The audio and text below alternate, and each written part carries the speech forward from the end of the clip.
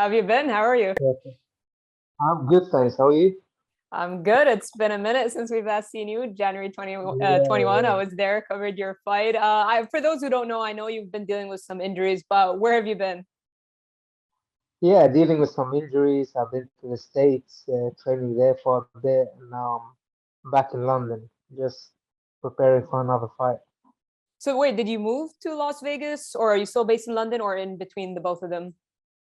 Yeah, I actually moved to Las Vegas, so I've been staying there from September, I think, yeah, from September time until March. But my visa ran out, so I'm literally waiting for a new visa now to go back again. But mostly I'm based there. When I'm in London, I train here in GB Top Team. Okay, nice. So what prompted that decision to move to Vegas? Was it part of it being injured and having access to the PI, or was this like, yep.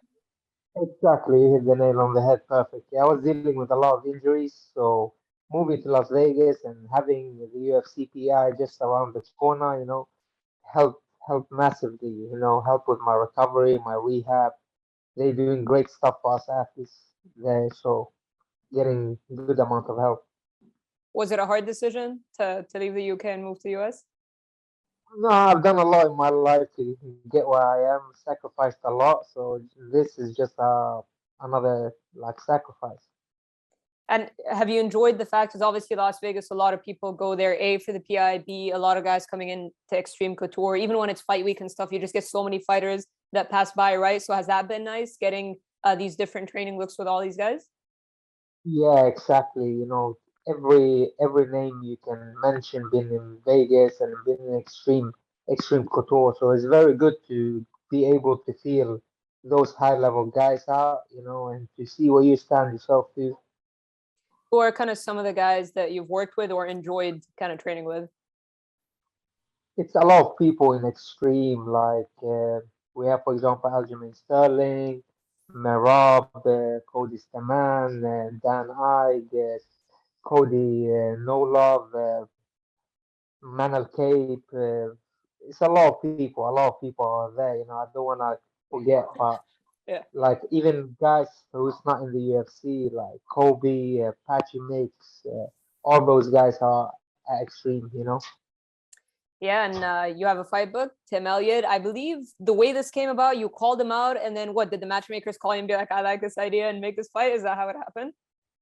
Yeah, like to be honest, I haven't been thinking of him so much, but after his last fight, it kind of like called me out. While I was injured, saying like I'm ducking fights against him or something like that. So I just called his bluff now. So let's see. I'm gonna And be there to fight. I hope he comes ready because I am. But just going forward and back on Twitter, these guys like to talk on Twitter.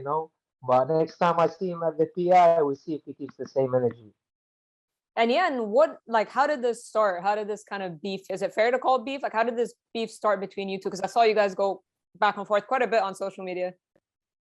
Yeah, I'm not a Twitter guy or so much of an Instagram guy or things like that. But I saw him coming in as the PI, and this was before. I don't even like before his fight, you know. So he comes in as the PI. Don't say a peep. Don't even look at me. I'm comfortable as a PI. I've been there for like 6 months. Everyone is cool. But he comes in weird as always. Talking with himself or doing whatever. I thought he was just weird fighting, but he's weird all around. So I'm thinking, cool, like no problem. He's just another weird guy. Then after his fight, he became all brash and talking and calling me out and stuff. I'm thinking, bro, I just saw you a few days ago. You didn't even look at me, like, and now you're talking shit. So I just told him, I called his bluff. I'm like, let's go, let's fight then. If you really want it so bad, perfect. I take your head off. Is this personal to you, this fight with Tim? It's always personal.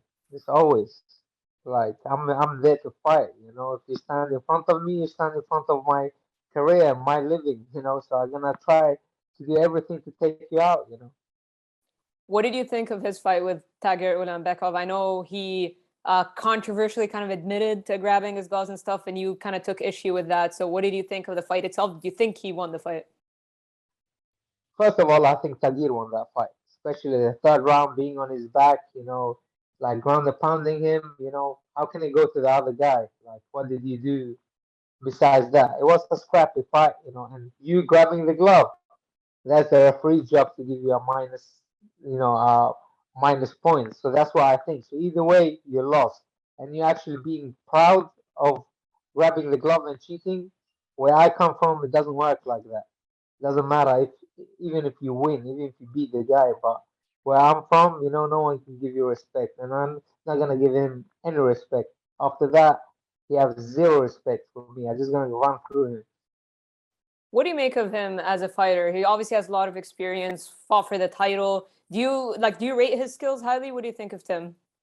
Yeah, definitely. In his earlier days, he fought Demetrius Johnson. He fought almost every guy in the division. Like he had some good fights. But for me, I'm too young, too hungry, too strong for him.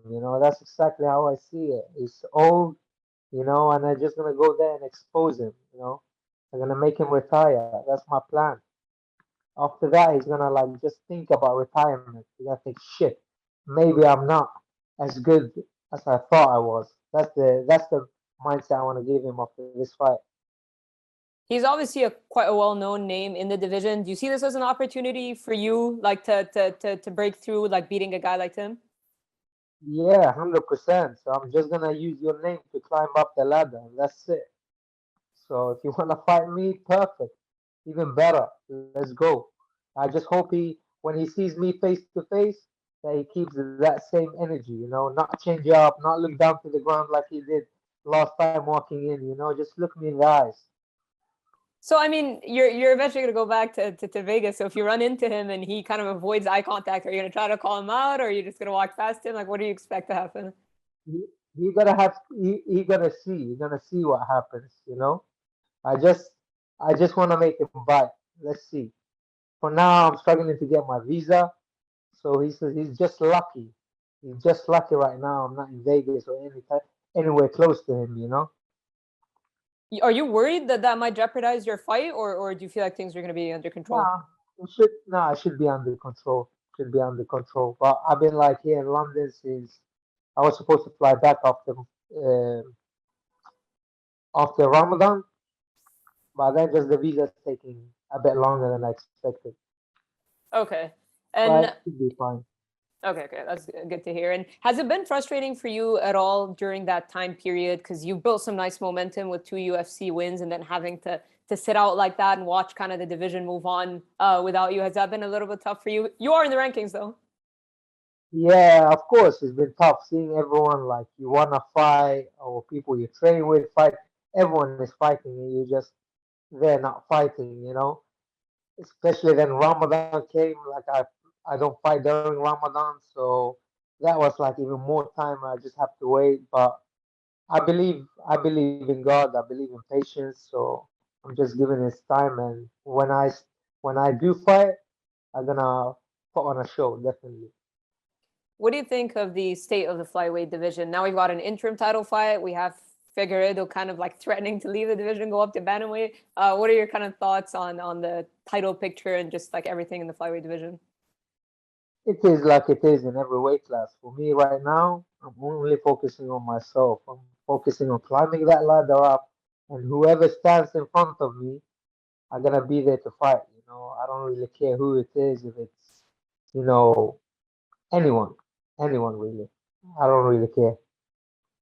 In the matchup with Tim, you're a strong grappler, he's a strong grappler. You've also won fights on your feet, and so is he. But because you guys are both great grapplers, does that mean you anticipate some fun scrambles, or do you think perhaps it's going to be a respect the two of you, and then maybe plays out on the feet? I gotta maul him on the ground. If he thinks he's the same type of grappler as me, he can forget. He can forget that. None of these guys can do what I do on the ground. None of them.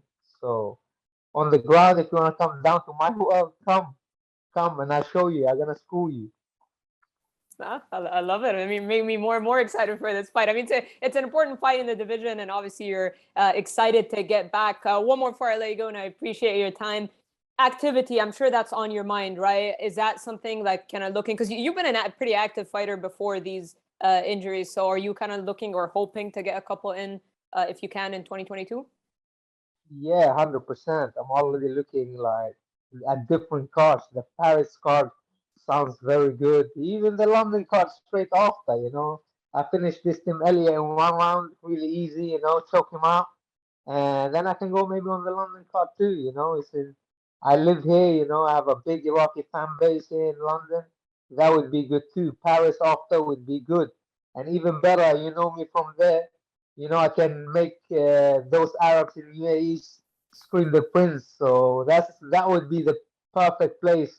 That's my favorite place to fight in Abu Dhabi. So I feel really at home there. So really want to put on a show there afterwards.